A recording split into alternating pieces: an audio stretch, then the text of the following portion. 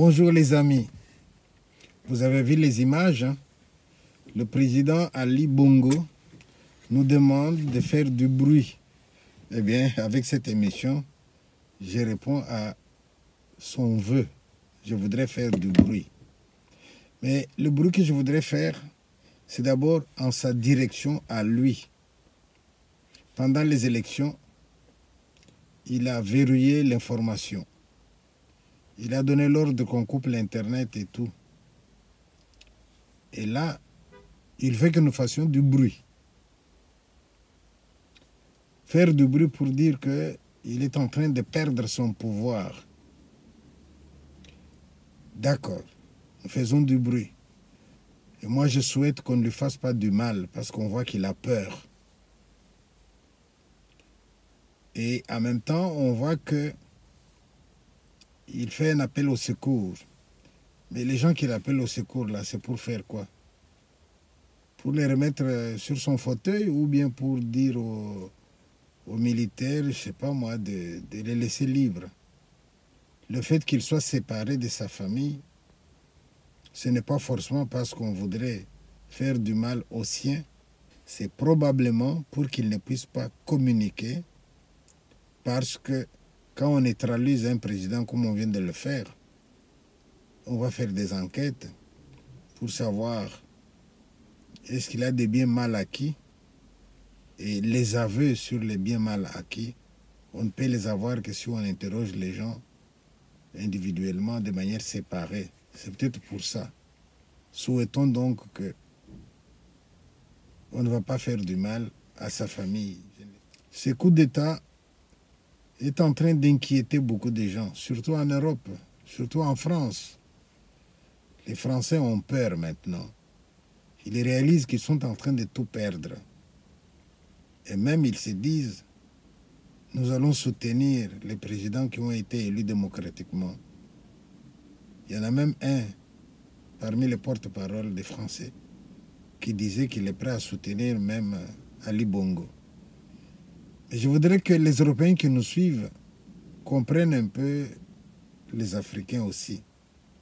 Est-ce qu'il est normal d'avoir un président malade comme il est là, qui a remplacé son père, et quand on fait le total de leur dynastie, ils en sont à plus de 50 ans.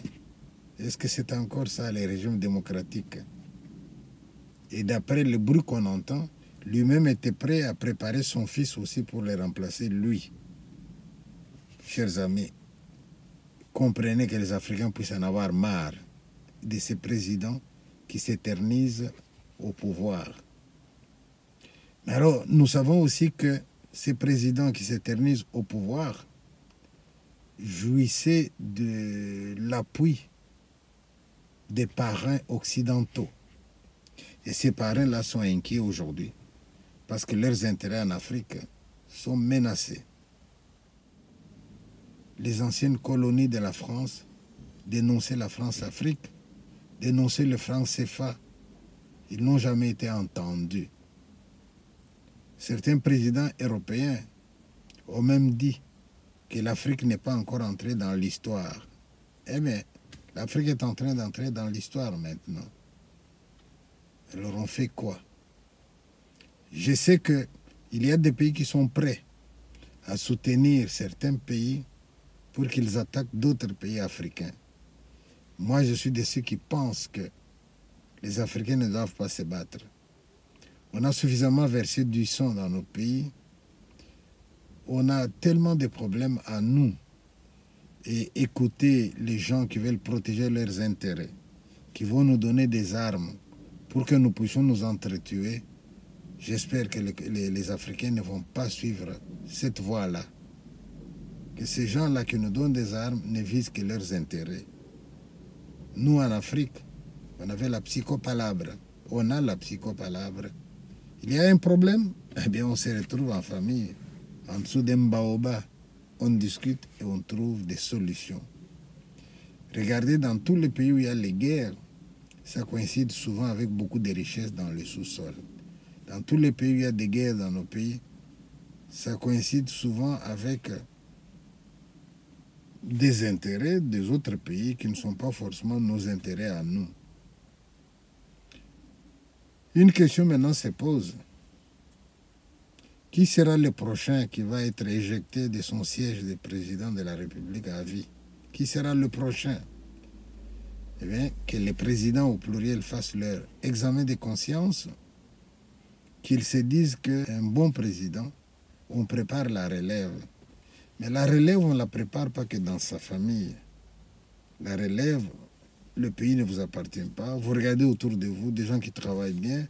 Vous favorisez des méthodes démocratiques pour que chacun puisse avoir le pouvoir. Et non pas dire « j'y suis, j'y reste ».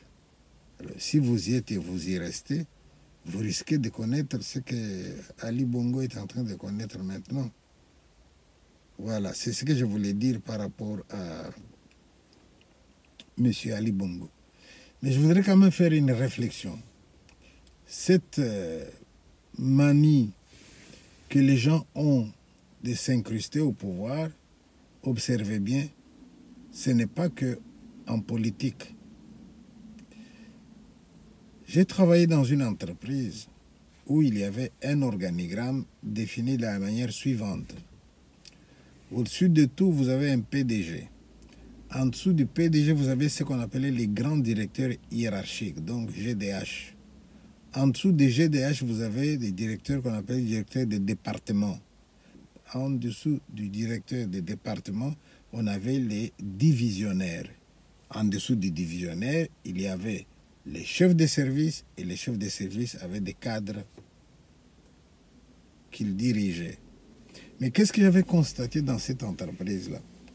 J'avais constaté que, je vais prendre au niveau bas, un divisionnaire, c'est-à-dire directeur de la division, pouvait arriver au moment où il doit normalement aller en congé.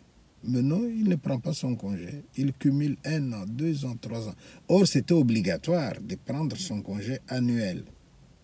Et quand ça devenait tellement flagrant qu'il fallait qu'il parte quand même, il était inquiet de savoir qui est-ce qu'il va désigner comme directeur intérimaire.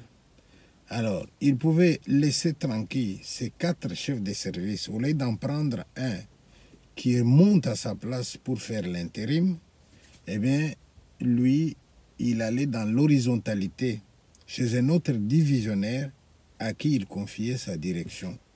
Et on trouvait alors un divisionnaire qui cumule et sa division et la division de l'autre, comme pour dire « je garde pour toi ». Avec l'espoir que quand son tour arrivera, il fera aussi la même chose. Mes chers amis, comment est-ce que vous ne pouvez pas comprendre que si vous êtes divisionnaire, il faut prendre parmi les chefs de service. Comme ça, les jours où vous êtes pensionné, les jours où vous n'êtes pas là, eh bien, le chef de service qui a fait l'intérim un certain nombre de fois, il est rodé pour prendre votre poste et diriger convenablement l'entreprise. Cette manie, cette façon de faire, regardez bien autour de vous, vous allez voir dans beaucoup d'entreprises, ça se passe de cette manière-là. Dans ce cas-là, vous n'êtes pas différent de Bongo. Hein. Le père est parti, eh bien c'est le fils. Le fils est malade, il va quand même tenir. Et pendant qu'il tient, il prépare son fils. C'est ce qu'ils l'ont fait. Alors, si vous êtes d'accord que nous devons critiquer cette manière d'agir, je vous exhorte à regarder autour de vous, dans l'entreprise où vous travaillez, vous allez voir ces manières de faire les choses existent encore. Et ça, c'est comme une maladie. Est-ce qu'il existe ce qu'on pourrait appeler la maladie du pouvoir? Mais oui, je pense.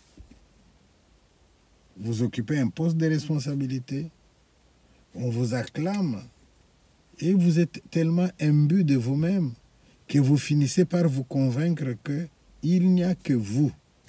Alors, comme vous pensez qu'il n'y a que vous, eh bien, vous ne cédez pas la place. J'y suis, j'y reste.